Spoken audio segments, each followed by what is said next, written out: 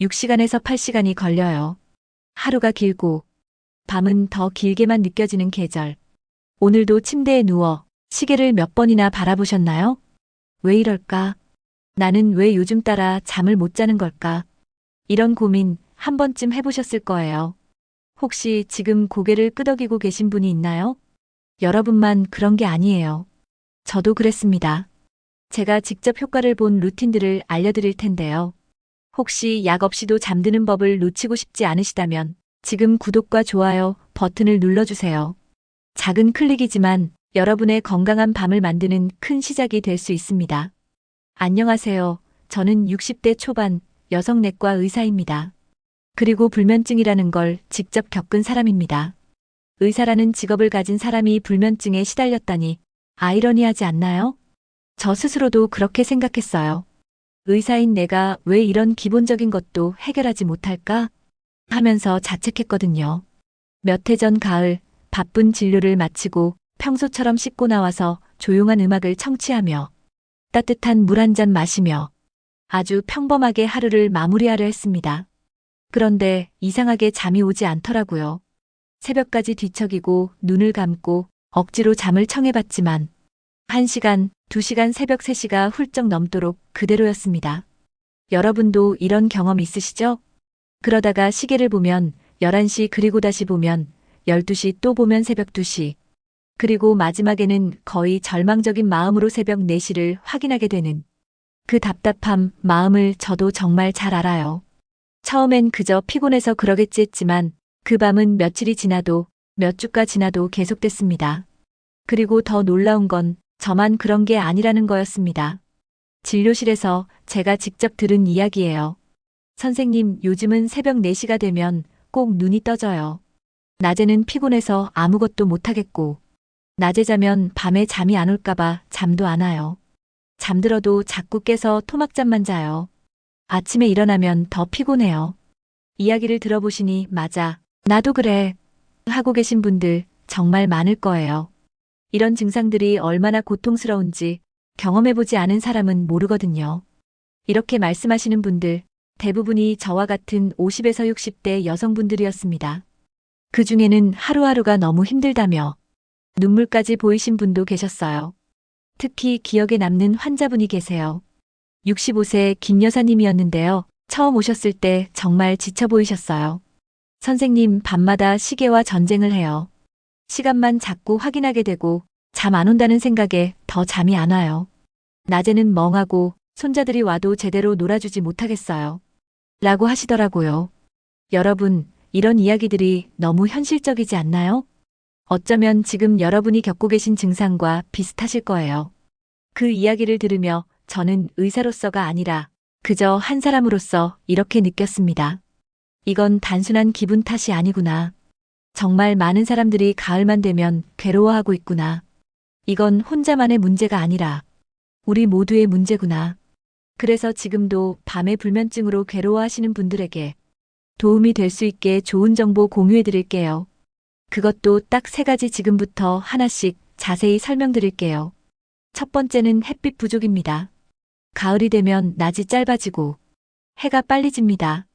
그리고 흐린 날이 많아. 햇빛을 받는 시간이 확 줄어요. 실제로 9월에서 11월 사이 일조 시간이 여름 대비 약 30에서 40% 감소합니다. 7월에는 하루 평균 6에서 7시간 햇빛을 볼 수 있지만 11월에는 4시간에서 5시간으로 줄어들어요. 우리 몸은 햇빛을 기준으로 수면 호르몬을 조절하는데요. 이 호르몬이 바로 멜라토닌입니다.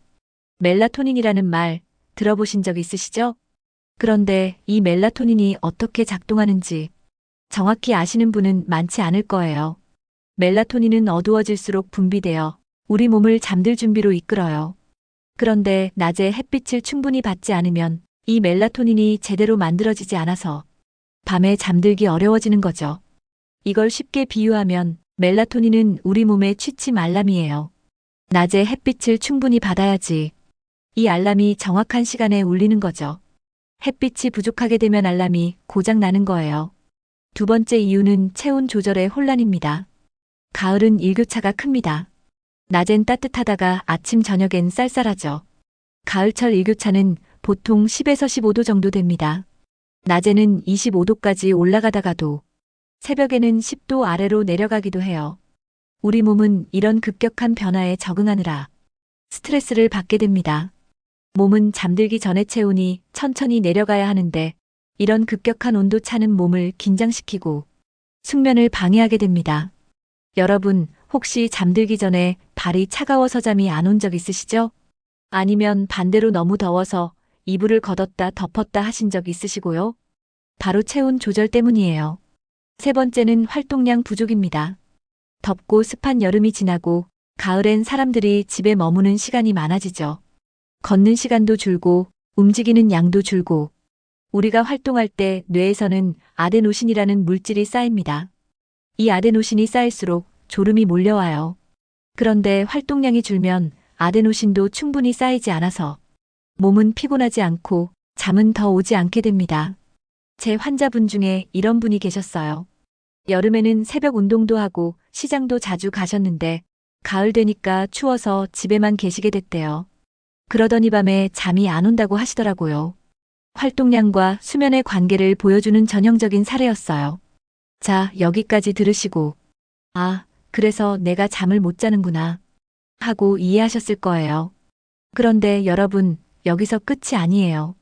정말 중요한 이야기를 해드려야 해요. 불면은 단순히 잠을 못 자서 피곤한 것 이상입니다. 특히 50대 이후부터는 잠이 질이 곧 건강의 질이라고 할 수 있어요. 왜일까요? 제가 의사로서 정말 심각하게 생각하는 이유들을 말씀드릴게요. 첫째, 수면 중 뇌는 노폐물을 씻어내는 작업을 합니다. 이걸 글림파틱 시스템이라고 하는데요. 잠들어 있을 때만 작동해요. 이 시스템이 제대로 작동하지 않으면 뇌에 아밀로이드 베타나 타우 단백질 같은 독성 물질들이 쌓이게 됩니다. 이런 물질들이 바로 치매의 원인이 되는 거예요. 실제로 수면 시간이 하루 6시간 미만인 시니어일수록 치매 발병 가능성이 2배 이상 높다는 연구 결과도 있어요. 이건 단순한 상관관계가 아니라 인과관계라는 게 최근 연구들로 밝혀지고 있습니다. 생각해 보세요. 우리가 나이 들면서 가장 걱정하는 게 뭐죠? 치매 아닌가요?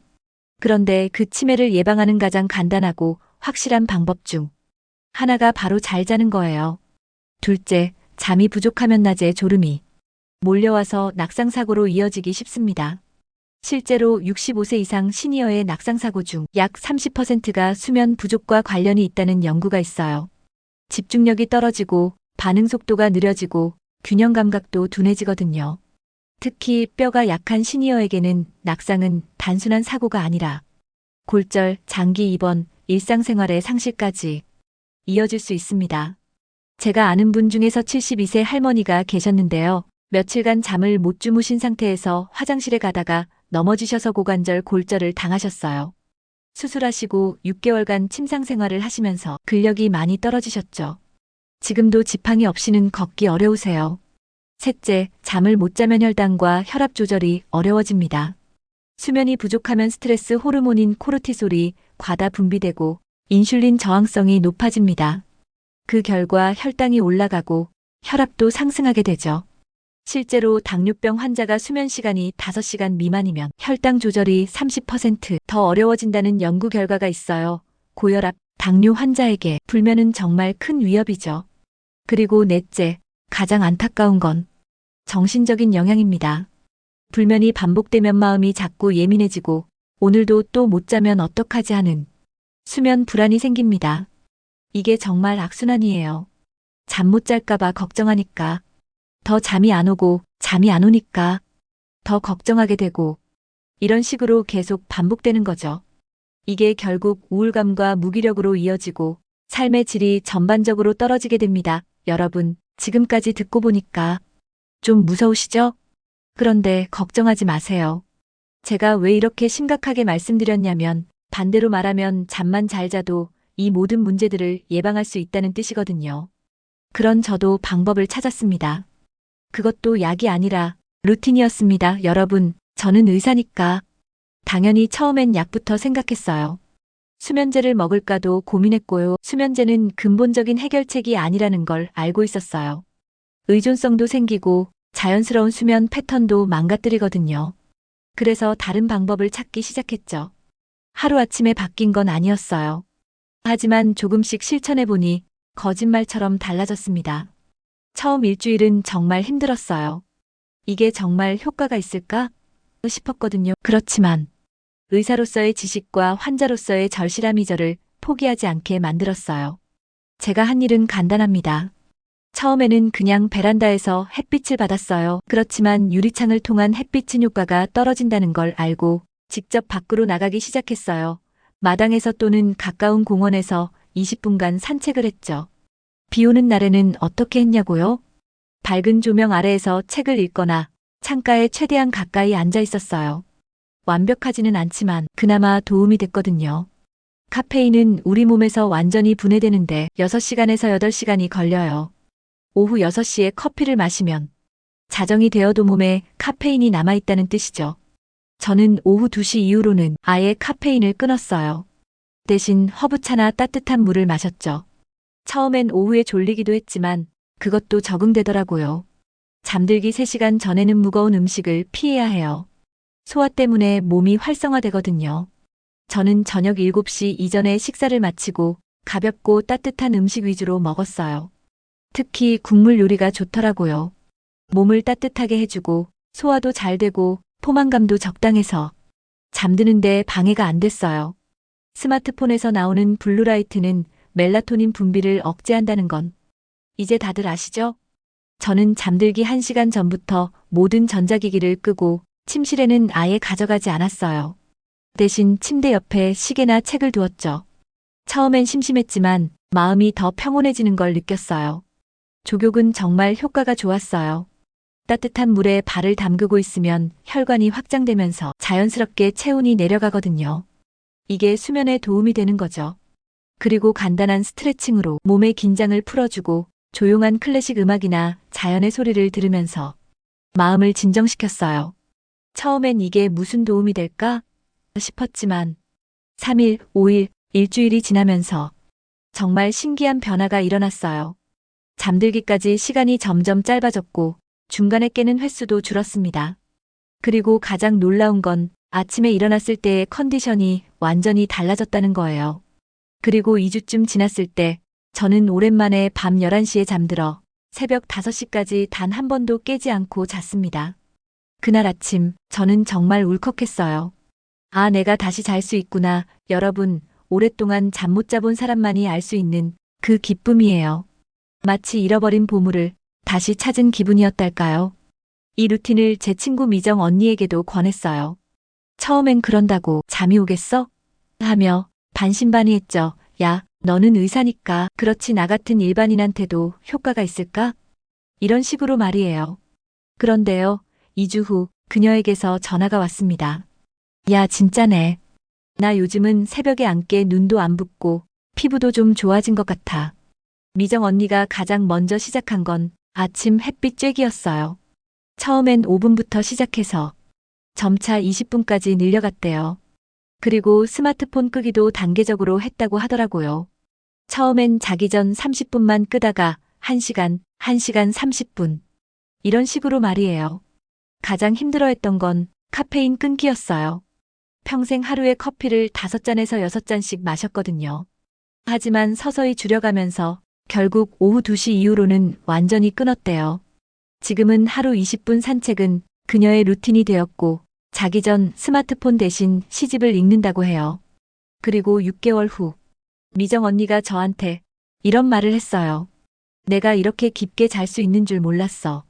그리고 잠을 잘 자니까 낮에도 기분이 좋아져.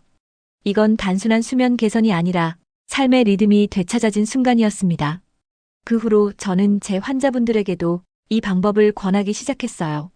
물론 모든 분들이 바로 효과를 보신 건 아니었지만 꾸준히 실천하신 분들은 대부분 개선을 경험하셨어요. 앞서 말씀드린 김 여사님도 그중 한 분이셨고요. 지금은 손자들과 활발하게 놀아주시고 밤에도 편안히 주무신다고 해요.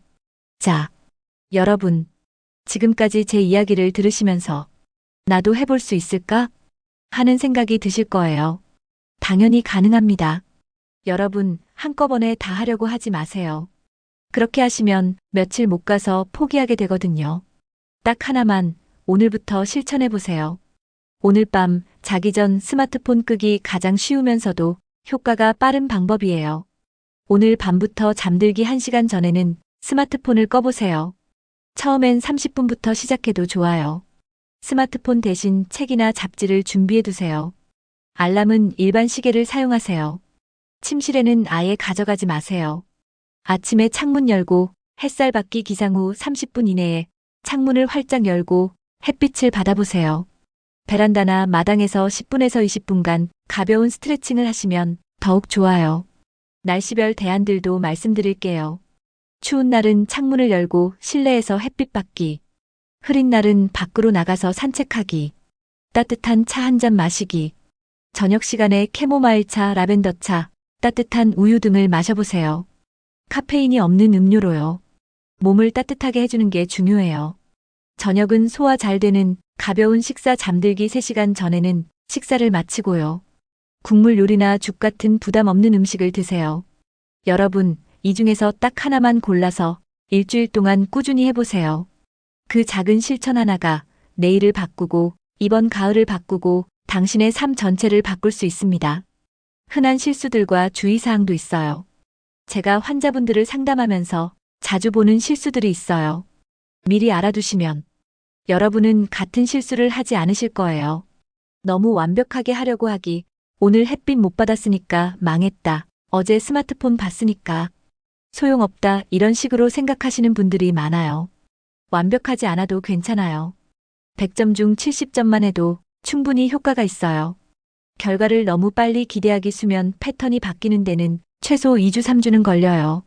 특히 오랫동안 불면에 시달리셨던 분들은 더 오래 걸릴 수 있어요. 조급해하지 마시고 꾸준히 해보세요. 스트레스 받으며 하기 잠 못 자면 안 돼. 꼭 해야 돼. 이런 식으로 스트레스 받으며 하시면 오히려 역효과가 나요. 편안한 마음으로, 즐기는 마음으로 해보세요. 낮에 너무 피곤하다고 2시간에서 3시간씩 낮잠을 자시면 밤에 잠이 안 와요. 낮잠은 최대 20에서 30분, 오후 3시 이전에만 자세요. 한 달 이상 실천해도 전혀 개선이 없다면 전문의의 상담을 받으세요.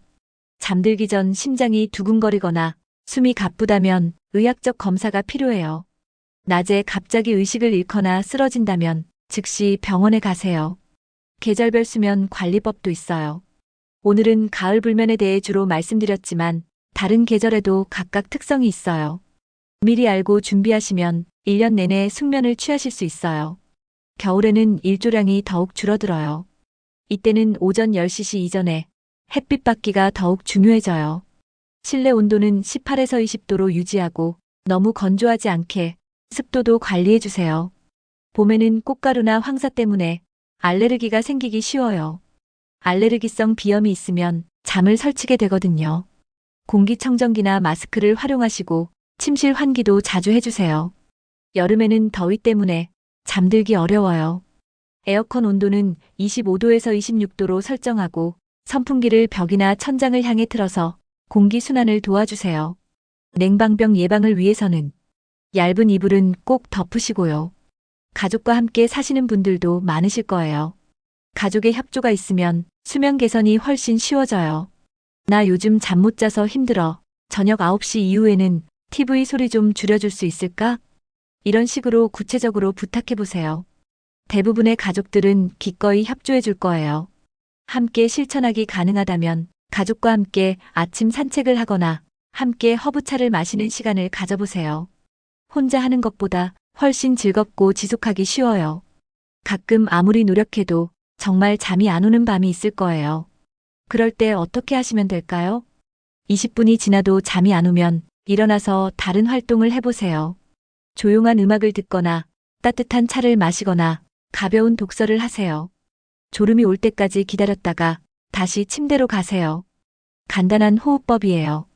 4초 동안 코로 숨을 들이마시고 7초 동안 참고 8초 동안 입으로 천천히 내쉬세요. 이걸 4에서 5번 반복하면 마음이 진정돼요. 근육 이완법도 한 가지 방법이에요. 머리까지 각 부위의 근육을 5초간 긴장시켰다가 천천히 풀어주세요.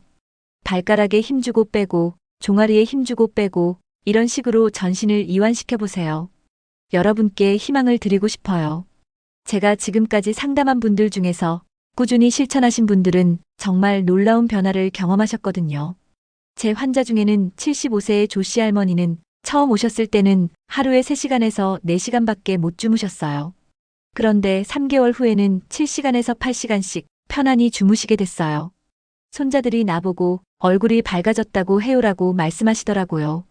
68세의 박씨 아저씨는 고혈압 때문에 약을 드시고 계셨는데 수면이 개선되면서 혈압도 안정됐어요.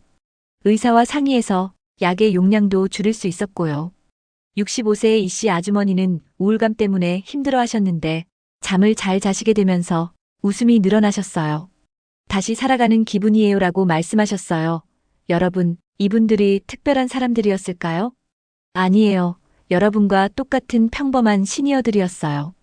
단지 포기하지 않고 꾸준히 실천하셨을 뿐이에요. 가을은 외롭고 깊은 계절이지만 잘만 준비하면 마음과 몸이 회복되는 계절이기도 합니다. 여러분, 나이가 들수록 잠이 줄어드는 게 당연하다고 생각하시는 분들이 많아요. 하지만 그건 잘못된 생각이에요. 나이가 들어도 충분히 깊고 편안한 잠을 잘 수 있어요. 오늘 밤부터 작은 한 걸음씩 시작해보세요. 완벽하지 않아도 괜찮아요. 때로는 실패해도 괜찮아요. 중요한 건 포기하지 않는 거예요. 자, 여러분, 오늘 집에 가시면 딱 하나만 정해보세요. 스마트폰 끄기, 아침 햇빛 받기, 따뜻한 차 마시기, 가벼운 저녁 식사, 이 중에서 가장 쉬워 보이는 것, 가장 할 수 있을 것 같은 것 하나만 정하시고 일주일 동안 해보세요. 그리고 한 달 후 여러분의 변화된 모습을 상상해보세요. 편안히 잠들고 상쾌하게 일어나고 하루 종일 활기찬 모습을요. 오늘 밤도 당신이 고요하고 편안한 밤을 보내시길 진심으로 바랍니다. 수면은 약보다 강한 회복입니다. 그리고 그 회복은 당신도 할 수 있습니다. 여러분 모두 건강하고 행복한 가을 되시길 바라며 오늘 강연을 마치겠습니다. 감사합니다.